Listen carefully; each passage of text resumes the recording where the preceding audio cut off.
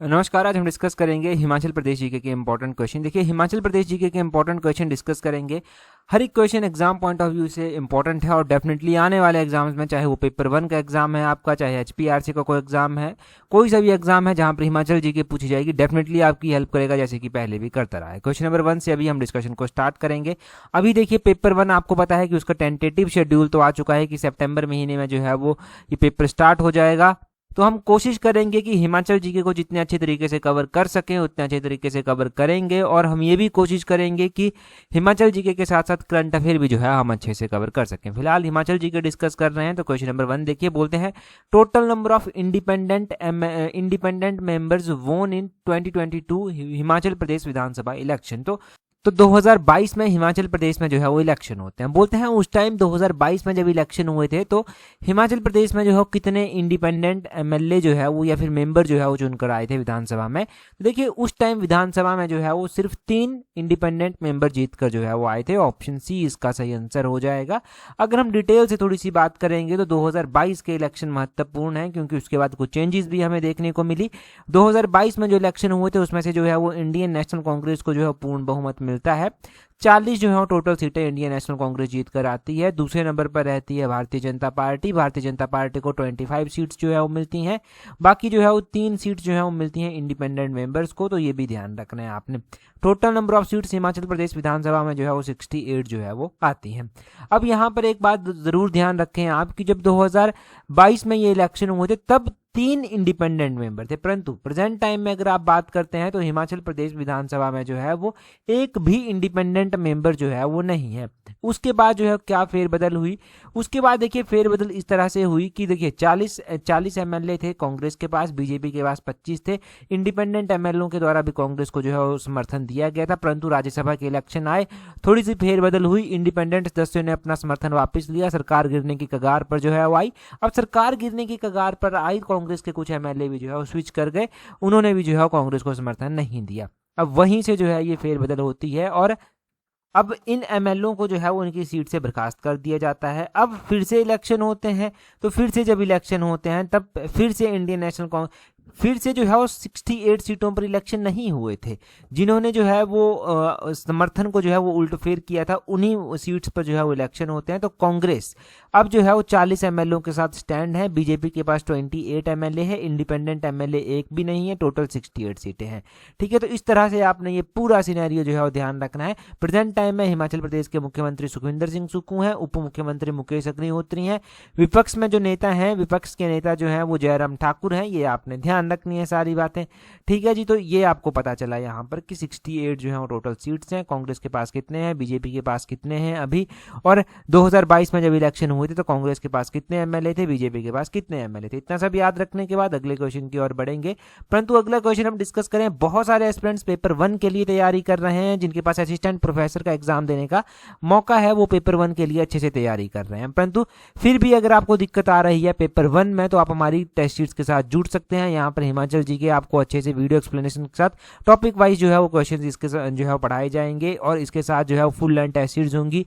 इसी में जो है वो आपको जो है वो monthly current affair Hindi English के क्वेश्चंस भी जो है वो मिलेंगे। तो इस टेस्ट सीरीज का लिंक नीचे डिस्क्रिप्शन बॉक्स में, कमेंट बॉक्स में भी जो है वो दिया गया है, वहां से आप टेस्ट सीरीज के साथ जो है वो जुड़ सकते हैं। टाइमली जुड़ेंगे तो बेनिफिट आपको होगा, क्योंकि लिमिटेड टाइम है, तो लिमिटेड टाइम को आप किस तरह से यूटिलाइज करेंगे, किस तरह से स्मार्ट वर्क करेंगे, वो आपके ऊपर डिपेंड करता है। ठीक है जी, तो अभी हम अगला क्वेश्चन देखते हैं क्या बोलते हैं। बोलते हैं as on 31 December 2025 how many senior secondary schools are there in government sector in Himachal Pradesh. तो बोलते हैं कि गवर्नमेंट सेक्टर में यानी कि हिमाचल प्रदेश में जो है वो सरकारी जो है वो कितने सीनियर सेकेंडरी स्कूल्स हैं। अगर देखिए हिमाचल प्रदेश में हम सीनियर सेकेंडरी स्कूल्स की बात कर रहे हैं, तो हिमाचल प्रदेश में जो है वो अभी प्रेजेंट टाइम में 1972 जो है वो सीनियर सेकेंडरी स्कूल जो है वो हैं। ये आपने ध्यान रखना है कि 1972 जो है वो हिमाचल प्रदेश में ये सीनियर सेकेंडरी स्कूल्स की जो है टोटल संख्या है।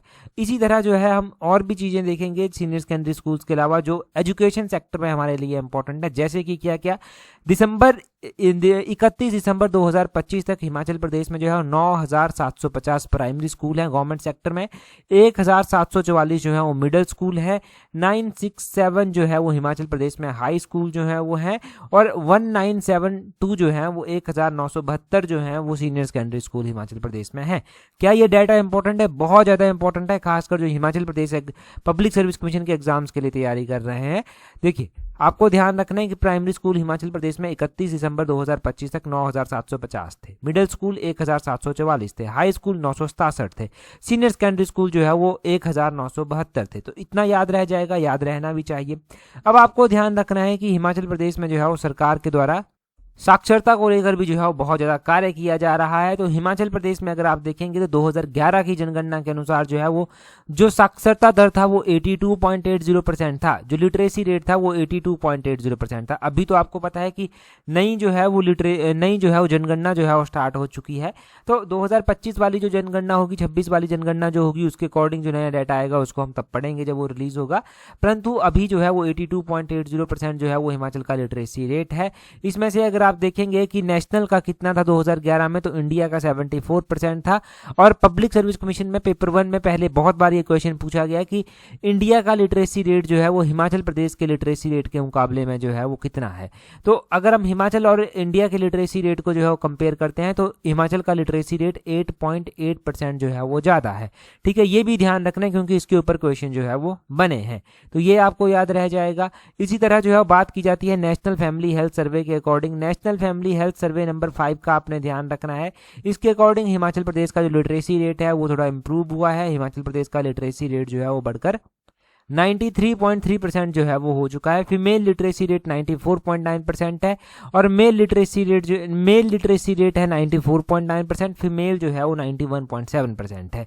ठीक है, अब यहाँ पर ही एक और क्वेश्चन जो है ये बनता है लिटरेसी रेट के बारे में ही कि हिमाचल प्रदेश जो है वो अभी फुली लिटरेट स्टेट भी जो है वो बन चुका है। जो हमने गिरास पत्रिका में पढ़ा था कि फुली लिटरेट स्टेट हिमाचल को जो है वो बनाया जा चुका है। अगला क्वेश्चन देखिए क्या बोलते हैं in which year did the doctor Jameson the superintendent of the botanical garden set up the Delhi estate. तो ये दिल्ली एस्टेट की स्थापना जो है वो की गई डॉक्टर जेमसन के द्वारा।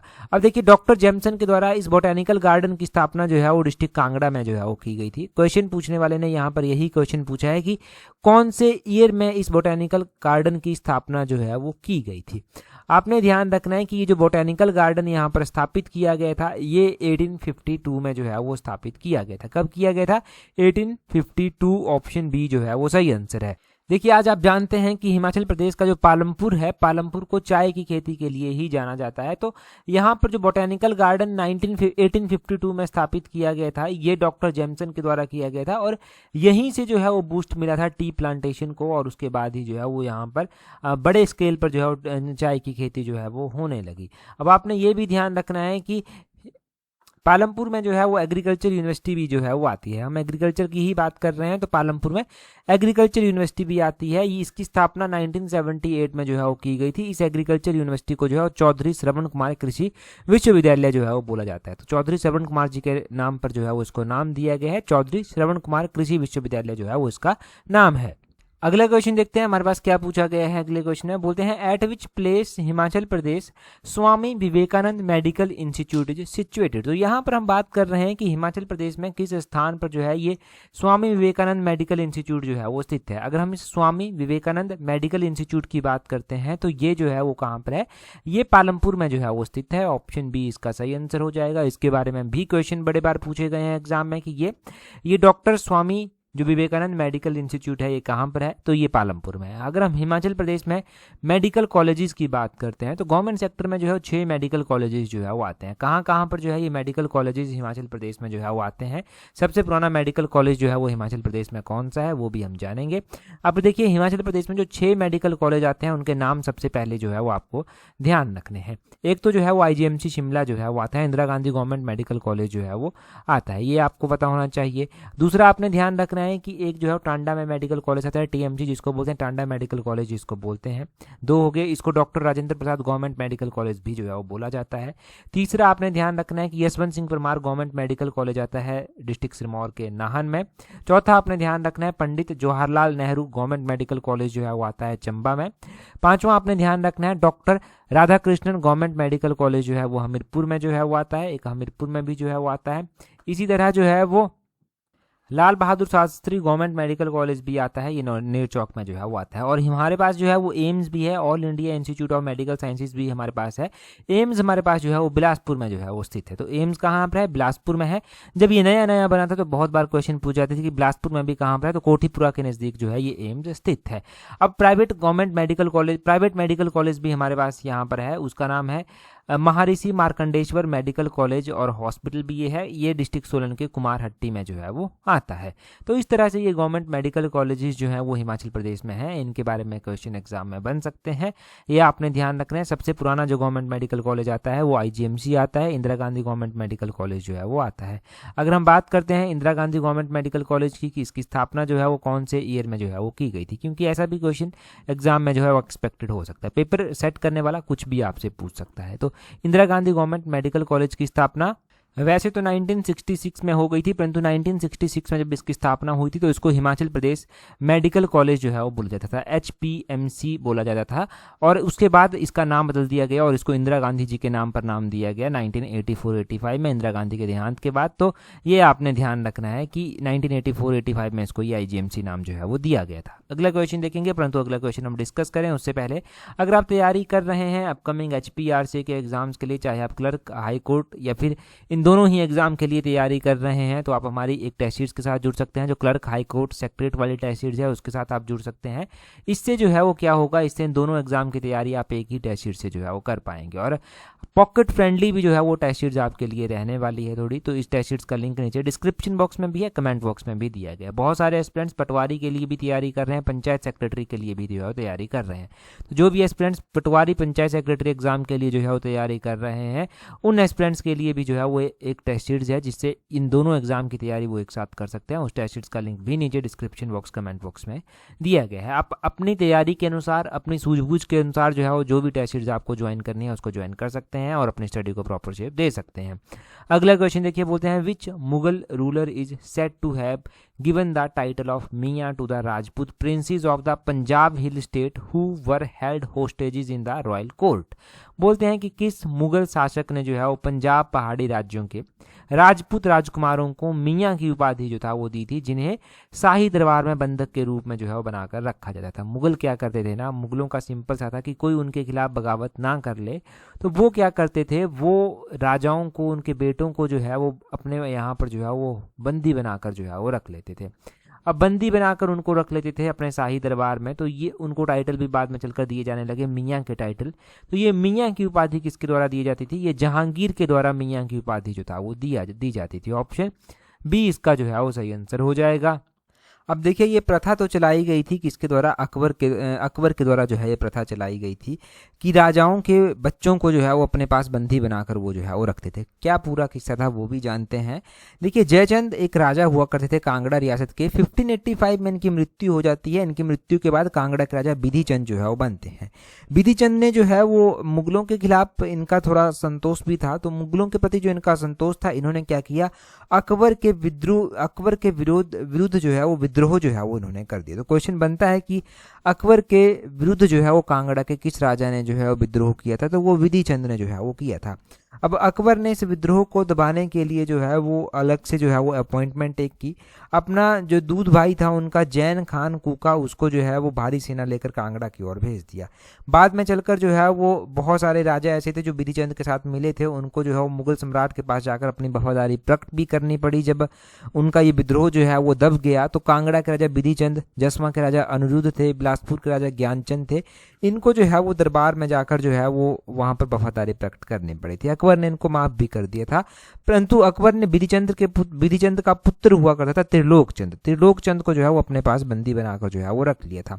अब त्रिलोकचंद जो है वो कहाँ पर रहता था, वो मुगल दरबार में जो है वो रहता था। आयु भी छोटी थी क्योंकि बच्चा था अभी ये, तो मुगल दरबार में जो है जब ये रहता था तो उस टाइम जो है वो अकबर का पुत्र सलीम था।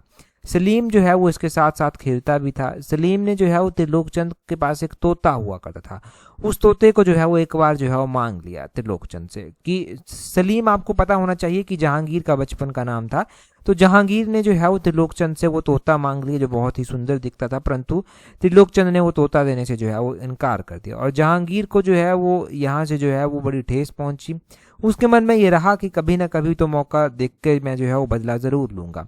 अब वो थोड़ा बड़ा हो गया, राजा बन गया, तो उसने मौका पाते ही जो है वो नगरकोट के विरुद्ध जो है वो एक सेना भेजी थी।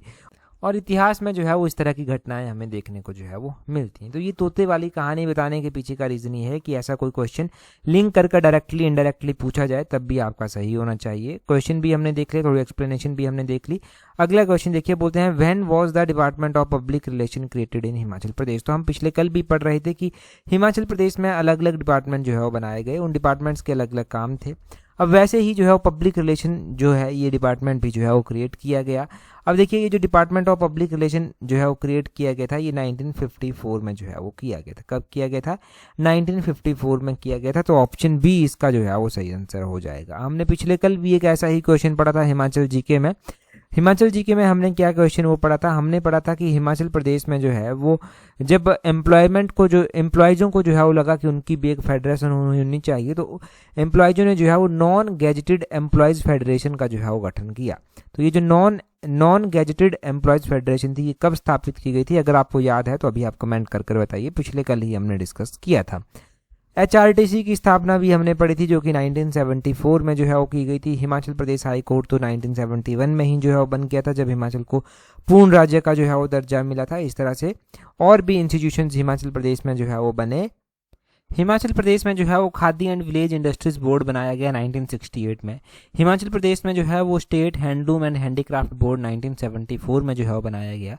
हिमाचल प्रदेश में जो है टूरिज्म डेवलपमेंट कॉर्पोरेशन की स्थापना 1972 में जो है वो की गई। हिमाचल प्रदेश में जो है वो हमने ये भी पढ़ा है कि हिमाचल प्रदेश में जो है वो हिम बुनकर की स्थापना भी की गई। हिम बुनकर जो है वो इसका पूरा नाम Himachal Pradesh state handloom and handicraft and weaver apex corporation society है। इसकी स्थापना हिम बुनकर इसको बोलते हैं। 1984 में इसकी स्थापना जो है वो की गई थी। तो ये इंपॉर्टेंट इंस्टीट्यूशंस आपने ध्यान रखने, और भी बहुत सारे हैं। मोस्ट इंपॉर्टेंट वन हमने जान लिए कि इनसे क्वेश्चन एग्जाम में जो है वो बन सकता है। ठीक है, ये याद रहेगा। अगला क्वेश्चन देखेंगे हमारे पास क्या पूछा गया है। बोलते हैं यहाँ पर which is the earliest specimen of the नगाड़ा डिजाइन फाउंड इन हिमाचल प्रदेश। ऐसा क्वेश्चन तो HPRCA ने भी पूछा है। Himachal Pradesh public service commission तो मंदिरों के ऊपर क्वेश्चन पूछता रहता है। अगर हम बात करते हैं कि इनमें से कौन सा मंदिर ऐसा है जो नगाड़ा आर्किटेक्ट स्टाइल में जो है वो बनाया गया है। अगर हम मंदिरों की बात कर रहे हैं तो सबसे पहले ताबो मोनेस्ट्री जो है वो दी गई है। ताबो मोनेस्ट्री दी गई है। उसके बाद मसरूर टेम्पल दिया गया है, बैजनाथ टेम्पल दिया गया है, त्रिपुरा सुंदरी मंदिर जो है वो दिया गया है। नगाड़ा स्टाइल की बात हो रही है तो नगाड़ा स्टाइल जो है वो मसरूर रॉक कट टेम्पल का है। ऑप्शन बी जो है वो इसका सही आंसर जो है वो हो जाएगा। अगर हम मसरूर रॉक कट टेम्पल की बात करते हैं कि कहाँ पर ये टेम्पल जो है वो आते हैं, ठीक है, तो मसरूर रॉक कट टेम्पल जो है ये आते हैं डिस्ट्रिक्ट कांगड़ा में। ये आपने ध्यान रखना है कि इसके ऊपर कोई क्वेश्चन हिमाचल प्रदेश ने पब्लिक सर्विस कमीशन में पूछा है। तो हिमाचल प्रदेश पब्लिक सर्विस कमीशन ने जो है पेपर 1 में क्वेश्चन यहाँ से पूछा है। किस तरह से क्वेश्चन पूछा गया है इसमें जो है वो डायरेक्टली क्वेश्चन ये पूछा गया था कि ये जो मसरूर रॉक कट टेम्पल है ये कितनी श्राइन्स का ग्रुप है। तो ये 15 श्राइन्स का जो है वो ग्रुप है। ये आपने ध्यान रखना है। 15 श्राइन्स का जो है ये ग्रुप है। इसको जो है वो एलोरा ऑफ हिमाचल प्रदेश भी जो है वो बोला जाता है। ये भी आपने ध्यान रखा है। नगाड़ा स्टाइल में ये बना है, एलोरा ऑफ हिमाचल इसको बोलते हैं। लगभग ये जो है वो 8th सेंचुरी के करीब बनाया गया था ललित आदित्य के द्वारा, और ये जो है वो 15 श्राइन्स का ग्रुप है। बैजनाथ टेम्पल की बात करते हैं तो बैजनाथ टेम्पल भी जो है वो सिख स्टाइल में बना हुआ है। ये जो है वो डिस्ट्रिक्ट कांगड़ा में आता है। 2 व्यापारी भाई थे, आहुका और मनियुका, इनके द्वारा 1204 के करीब इसकी स्थापना जो है वो करवाई गई थी। ये आप ध्यान रखें। और यहाँ पर त्रिपुरा सुंदरी मंदिर जो है वो दिया गया है। त्रिपुरा सुंदरी मंदिर जो है वो कहाँ प्रसिद्ध है? ये जो है वो डिस्ट्रिक्ट कुल्लू में जो है वो स्थित है त्रिपुरा सुंदरी मंदिर। ये जो है वो पैगोडा आर्किटेक्ट स्टाइल में बना हुआ है। डिस्ट्रिक्ट कुल्लू के नगर में जो है ये स्थित है। ताबो मोनेस्ट्री की भी थोड़ी सी बात कर लें तो ताबो मोनेस्ट्री का ध्यान रखना है कि इसको अजंता ऑफ हिमालय जो है वो बोला जाता है। 996 AD में इसकी स्थापना लगभग हुई थी। ये कहा जाता है 1996 में इसको बने हुए 1000 साल पूरे हो गए थे। तो ये सब आप इम्पोर्टेंट इन मंदिरों के बारे में, मोनेस्ट्री के बारे में ध्यान रखिए जो ऑप्शंस में दिए गए थे। अगला क्वेश्चन देखिए क्या बोलते हैं which of the following statement is correct. तो इनमें से कौन सी स्टेटमेंट जो है वो करेक्ट है? बोलते हैं Kullu, Shimla, Una all has 5 sub division as of March 31 March 2025 की 31 मार्च 2025 तक जो है वो कुल्लू हो गया, शिमला हो गया, ऊना हो गया, यहाँ पर जो है वो 5 उप प्रभाग हैं या फिर सब डिवीजन जो है वो यहाँ पर हैं। यहाँ पर ध्यान रखें कि पब्लिक सर्विस कमीशन ने डिवीजन सब डिवीजन्स के बारे में भी क्वेश्चन बहुत बार पूछा है पेपर 1 में ही। अगर हम बात कर रहे हैं कुल्लू की, शिमला की और यहाँ पर ऊना की बात जो है वो की जा रही है, तो यहाँ पर कितनी कितनी सब डिवीजन्स जो है वो आती हैं। सबसे पहले हम बात करते हैं डिस्ट्रिक्ट कुल्लू की कि कुल्लू में कितनी सब डिवीजन्स आती हैं। तो कुल्लू में जो है 5 सब डिवीजन्स जो है वो आती हैं। ठीक है, शिमला की अगर हम बात करते हैं कि शिमला में जो है वो कितनी सब डिवीजन्स जो है वो आती हैं, तो शिमला में जो है वो 11 सब डिवीजनें जो है वो आती हैं। अगर हम ऊना की बात करते हैं कि ऊना में कितनी सब डिवीजन्स जो है वो आती हैं, तो ऊना में जो है 5 ही सब डिवीजन्स जो है वो आती हैं। तो देखिए यहाँ पर ये स्टेटमेंट गलत हो गई क्योंकि शिमला में 11 सब डिवीजन्स जो है वो आती हैं, तो पहली स्टेटमेंट तो गलत है। दूसरी स्टेटमेंट में हम बोलते हैं Shimla and Mandi has 15 tehsil as of 31 March 2025 की शिमला और मंडी में जो है वो 31 मार्च 2025 तक 15 तहसीलें थी। अगर हम शिमला में तहसीलों की बात करते हैं तो 31 मार्च 2025 तक शिमला में जो है वो कितनी तहसीलें थी, 17 तहसीलें थी, ना कि 15। अगर हम मंडी की बात करते हैं तो मंडी में भी जो है वो 17 ही तहसीलें थी 31 मार्च 2025 तक। तो ये भी स्टेटमेंट जो है वो गलत हो गई। ठीक है, ये ध्यान रखना है कि दोनों ही स्टेटमेंट जो है वो गलत हैं। जो यहाँ पर चूज द करेक्ट ऑप्शन, तो इनमें से जो है वो none of this is correct, इनमें से कोई सा भी जो है वो करेक्ट नहीं है। अब हम बात करते हैं यहाँ पर कुल्लू की कि कुल्लू में जो है वो अगर 5 जो है वो सब डिवीजन जो है वो आते हैं, तो यहाँ पर तहसीलें जो है वो कितनी आती, तो यहाँ पर 7 तहसीलें जो है वो कुल्लू में आती हैं। सब तहसीलें जो है वो कुल्लू में 2 आती हैं। ये सारा का सारा डाटा 31 मार्च 2025 तक का है। अगर हम शिमला में बात करते हैं तो शिमला में जो है वो सब डिवीजन्स का आपको पता चल गया, 11 सब डिवीजन्स आती हैं। तहसील्स का पता चल गया, 17 तहसील्स आती हैं, 10 यहाँ पर सब तहसीलें आती हैं। अगर हम मंडी की बात करते हैं, मंडी में कितने सब डिवीज़न आते हैं, मंडी में 12 सब डिवीज़न आते हैं। तहसीलें 17 आती हैं, सब तहसीलें 14 आती हैं। सबसे ज़्यादा तहसीलें जो है वो हिमाचल प्रदेश के किस डिस्ट्रिक्ट में है, तो कांगड़ा में सबसे ज़्यादा तहसीलें हैं। कांगड़ा में 31 मार्च 2025 तक 25 तहसीलें जो था वो थी, कितनी 25 तहसीलें यहाँ पर थी। सबसे कम तहसीलों की अगर हम बात करते हैं कि सबसे कम तहसीलें जो हैं वो कहाँ पर हैं, तो आपको क्या लगता है कि सबसे कम तहसीलें जो हैं वो कौन से डिस्ट्रिक्ट में जो है वो हो सकती हैं। आपने ध्यान रखना है कि लाहौल स्पीति में जो है वो 2 ही सब तहसीलें हैं, 2 ही जो है वो तहसीलें हैं, 2 ही सब तहसीलें हैं। लाहौल स्पीति में जो तहसील है, एक लाहौल स्पीति के केलोंग में है और एक काजा में जो है वो है। किन्नौर में जो है वो 5 तहसीलें आती हैं और 2 सब तहसीलें जो है वो आती हैं। तो किसी भी डाटा में कन्फ्यूजन नहीं होना चाहिए, मैंने बड़े डिटेल से आपको ये बताया।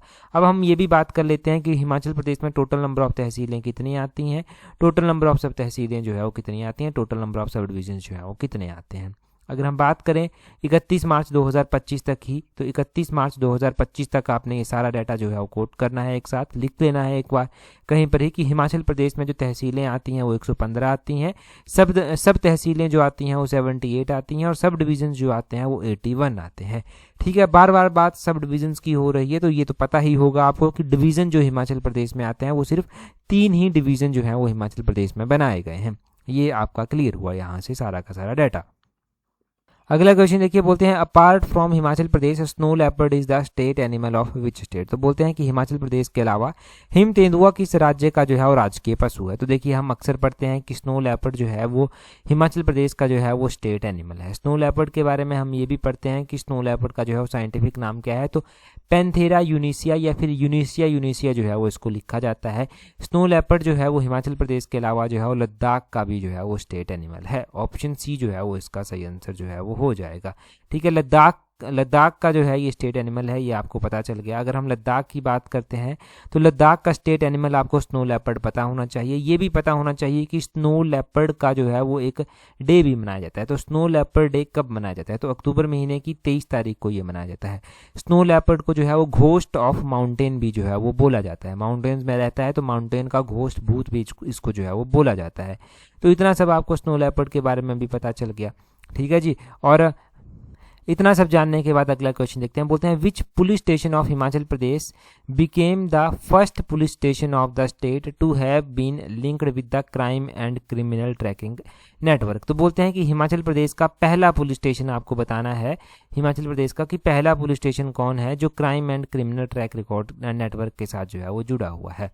तो ये क्वेश्चन पूछा जा चुका है पहले भी, शायद एचएस में पूछा गया था कि किस में पूछा गया था, पब्लिक सर्विस कमीशन ने पूछा है। तो आपने ध्यान रखना है कि ये संजौली का पुलिस स्टेशन जो है वो है, ऑप्शन डी इसका जो है वो सही आंसर आ जाएगा। संजौली पुलिस स्टेशन जो है हिमाचल प्रदेश का पहला पुलिस स्टेशन है पूरी कंट्री में ही, वैसे ये पहला है। जिसको crime and criminal tracking network system के साथ जो है वो जोड़ा गया है।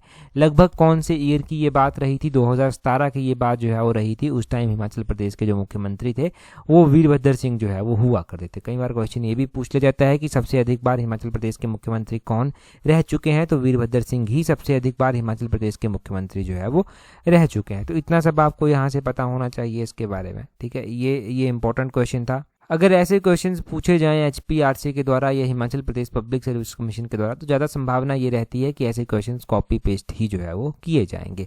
नेक्स्ट क्वेश्चन हम देखेंगे, परंतु अगला क्वेश्चन हम देखें उससे पहले अगर आप तैयारी जूनियर ऑफिस असिस्टेंट आईटी के एग्जाम के लिए कर रहे हैं और टेस्ट सीरीज प्रैक्टिस करना चाहते हैं तो इसकी टेस्ट सीरीज का लिंक नीचे डिस्क्रिप्शन बॉक्स कमेंट बॉक्स में जो है वो दिया गया है। साथ में ही जो है वो जूनियर ऑफिस असिस्टेंट के अलावा अगर आप सिर्फ और सिर्फ एचपीआरसी के जनरल अवेयरनेस सेक्शन के लिए ही तैयारी करना चाहते हैं तो जनरल अवेयरनेस की हमने अलग से टेस्ट सीरीज चलाई हुई है। इसका लिंक भी नीचे डिस्क्रिप्शन बॉक्स कमेंट बॉक्स में है, तो इसको भी आप ज्वाइन कर सकते हैं।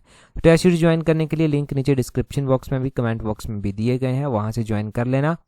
अगला क्वेश्चन देखिए यहाँ पर क्या पूछा गया है, बोलते हैं what is the scientific name of the state tree of Himachal Pradesh. तो हिमाचल प्रदेश का जो स्टेट ट्री है, हिमाचल प्रदेश का जो राज्य पेड़ है, उसका जो है वो साइंटिफिक नाम जो है वो क्या है, वैज्ञानिक नाम इसका जो है वो आपको बताना है। क्योंकि हमने वैज्ञानिक नाम पहले भी जो है वो पढ़ रखे हैं कि किस हिमाचल प्रदेश का स्टेट बर्ड उसका वैज्ञानिक नाम, स्टेट एनिमल उसका वैज्ञानिक नाम, स्टेट ट्री का वैज्ञानिक नाम भी हमने पढ़ रखा है। पिछले कल भी मैंने आपको पहले ही क्वेश्चन में ये सारे रिवाइज कराए थे। तो अभी आप कमेंट कर अपना आंसर जो है वो बताएंगे। आपके पास 4 ऑप्शंस जो हैं वो दिए गए हैं, जल्दी से अपना आंसर कमेंट कर बताइए। टेलीग्राम पर अगर आपने हमें ज्वाइन नहीं किया है तो टेलीग्राम पर ज्वाइन करने के लिए अपने टेलीग्राम से आप सर्च करेंगे @allexam31, आपको हमारा टेलीग्राम चैनल मिल जाएगा।